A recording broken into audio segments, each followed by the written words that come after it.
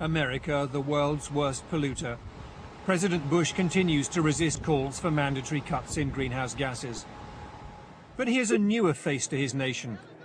Not coal miners, but climate change protesters. They're trying to block new coal-fired power stations in the president's home state, Texas. Thank you. Concern about the climate is voiced much more often in America nowadays, and it's driving a shift in political mood. We are either at or approaching a tipping point on this issue.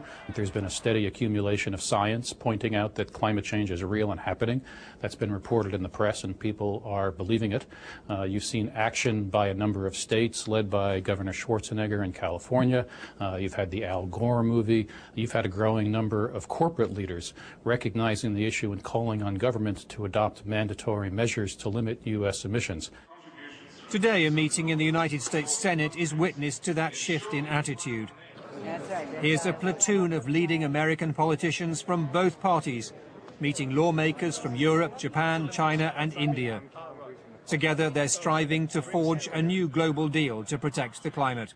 I think we will enact some types of mandatory limits on greenhouse gas emissions, similar to what Europe has done with regard to much of the economy there. And the question is, how do we structure that, and how aggressive are the targets that we identify for emission reductions?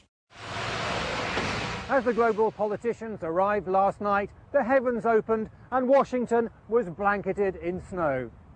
The talks they're having today will help determine whether their grandchildren's children ever experience conditions like this.